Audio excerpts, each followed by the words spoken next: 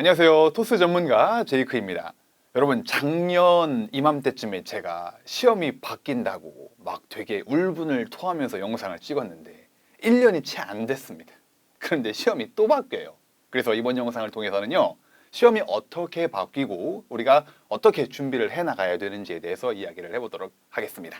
먼저 이번 영상에서 저희가 뭐를 해볼 거냐면은 첫 번째로는 시험 변경점에 대해 소개를 해드릴 겁니다.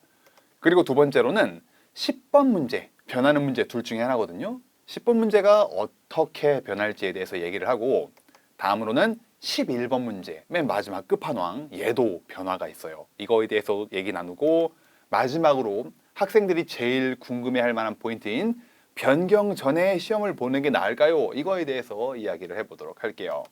자, 먼저 첫 번째, 변경 상황입니다.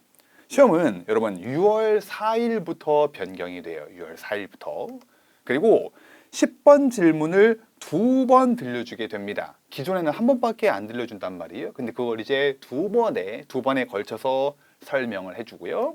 그리고 11번, 얘가 제일 관건이죠. 고득점에 있어서 30초 준비 시간에서 준비 시간이 45초로 늘어납니다. 15초의 준비 시간이 늘어나기 때문에 조금 아무래도 여유가 생기겠죠.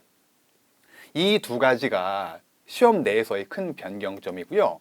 그리고 두 번째로 성적 표기 방식의 변화가 생깁니다. 성적 표기 방식. 무슨 말이냐? 레벨이 사라져요. 토익 스피킹을 준비한 적이 있으신 분들이라면은 레벨 5, 6, 7, 8 이런 걸 들어본 적이 있을 거라고 생각을 합니다. 그런데 그런 레벨이라는 게 사라지고 뭐가 나오냐? 이런 영어 알파벳이 등장을 해요. 160점. 기존의 점수는 그대로 두고요. 이렇게 뭔가 달라붙습니다. IHIM 이런 호칭들이 붙게 됩니다. 그래서 보시면 오픽이라고 다른 영어 스피킹 시험이죠. IM 1, 2, 3 그리고 뭐 제일 높은 점수가 AL 이렇게 있었는데 이게 미국에 있는 한 기관인 ACTFL 여기서 나눈 기준을 따라가는 거였는데 토익 스피킹도 이제 저 기준을 그대로 따라가요. 그래서 레벨 6, 7, 8 이런 말이 없어지게 되고 IM 3단계 그리고 IH 하나 그리고 어드밴스드 로우가 똑같이 있는데 위에 여러분 두 가지가 더 있습니다. 어드밴스드 미드란고와 하이란 게 있는데 제 생각으로는 아직 오피셜 정보는 아니에요. AH 등급이 아마 190에서 200점 기존의 레벨 8에 해당되는 등급 그리고 어드밴스드 미드가 180점 정도 그리고 어드밴스드 로우가 160에서 170점 정도가 아닐까라고 생각을 하는데 이건 아직 발표를 안 하고 있습니다. 그래서 이거에 대한 즉 몇 점이 기존의 몇 점이 이 알파벳 기호 뭐가 되느냐 이거에 대해서는 발표가 나는 대로 다시 한번 여러분께 공지를 해드릴 예정이에요.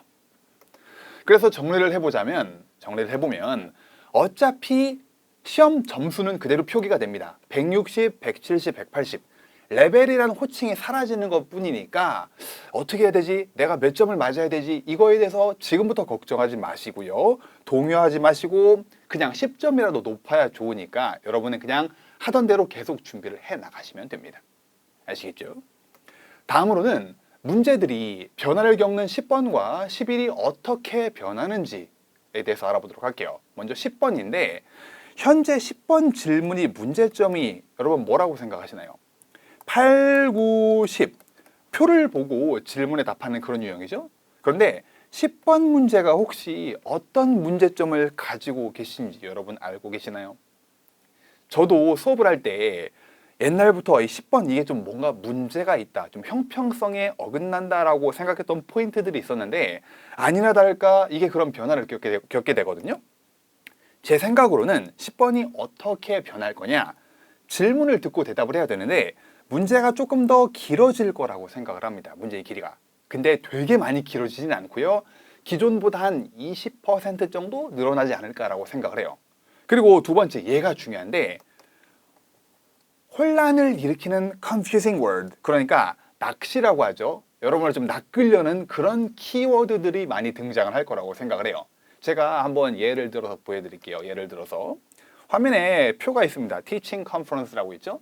여러분 강의 멈추셔도 되니까 45초 동안 표를 읽을 시간 45초가 있잖아요. 45초간 한번 내용을 한번 읽어보실게요. 알겠죠? 멈추시고 한번 읽어보실게요. 시작.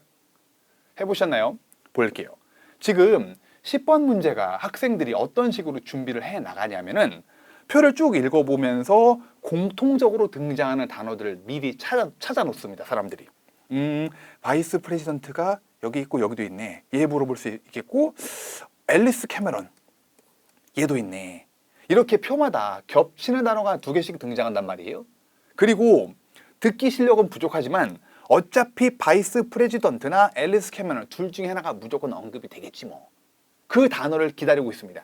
그래서 질문이 제가 급조를 해보자면 이렇게 날 것 같거든요. I heard the association president, Alice Cameron, will give some speeches. 그러면 딱 여기까지만 듣고 역시 나왔어. 앨리스 카메론이야. 이거 말하면 되는 거구만. 이렇게 미리 결론을 내버립니다. 그리고 실제로 이렇게 대답을 하면 되는 경우가 많아요. 하지만 이제는 질문이 뭔가 하나를 더 던질 수 있다는 거예요. 예를 들자면 계속 이어서 질문이 나갑니다. What else presentations? What else presentations? 무슨 말이죠? 그 외에 어떤 presentation? What else presentations will be conducted by our presidents? 그 외에 어떤 PT들이 우리의 프레지던트들로부터 진행이 될 거냐라고 물어봅니다.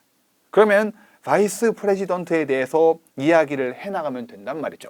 요 항목과 이 항목에 대해서 설명을 해나가면 되는 건데 그냥 철석같이 먼저 나왔던 앨리스 캐머런 듣고 이거에 대해서 쫙 설명을 해나갑니다. 그러면 점수가 당연히 엄청나게 낮게 나오겠죠. 이런 식으로 여러분을 낚기 위한 그런 문제 스타일이 많이 도입이 될 거라고 생각을 해요. 그러니까 긴장의 끈을 놓으시면 안 됩니다. 아셨죠? 11번 설명하기 전에 그러면 10번 문제가 너무 어려워지는 거 아니야? 대신에 어떤 혜택을 좀 주죠?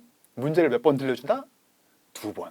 알았죠? 문제를 2번 들을 수 있으니까 문제 자체의 대답 난이도는 올라가게 되겠지만 대신에 2번 들려줌으로써 보상도 같이 주는 거예요. 그렇기 때문에 이 ETS 시험 주관사에서 말하기를 체감 난이도는 똑같을 거다라고 얘기를 하고 있거든요. 저도 그렇게 생각을 합니다. 자, 그리고 문제의 11번 어떻게 변하냐? 현재 지금 11번 문제가 가지고 있는 가장 큰 문제가 뭐냐면은 여러분 뭐라고 생각하십니까? 문제가 많이들 얘기하시는 게 뭐냐면은 시간이 너무 부족하다. 그리고 아이디어가 빨리빨리 생각이 안 난다. 그리고 너무 생소한 문제가 나와가지고 대답을 하기 힘들다. 이런 하소연들을 많이 하시는데 그래서 준비 시간을 30초에서 45초로 늘려줌으로써 그 주제에 대해서 익숙하지 않으신 분들도 예를 들어 재활용, 내가 평소에 재활용 잘 안 하거나 아니면 내가 학생이기 때문에 직장 생활, 인턴 생활이 장단점 이런 거에 대해 몰라. 이런 분들도 조금 더 생각해 볼 시간이 주어짐으로써 좀 더 공평한 환경에서 대답을 만들 수 있게 시험 자체가 좀 변화를 하고 있는 거거든요. 그래서 준비 시간이 30초에서 45초로 늘어남에 따라서 바뀐 시험이 고수나 중수나 초보 중에 누구에게 제일 유리할까 이거에 대해서 생각을 해볼 좀 필요가 있습니다.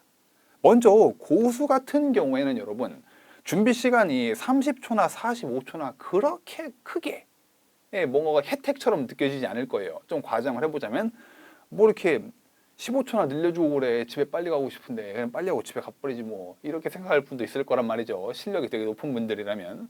반면에 초보자분들은 막 아이고 의미 없다. 이거 15초 더 늘어나봤자 고통만 더 받는다. 이렇게 생각하시는 분도 있을 거거든요.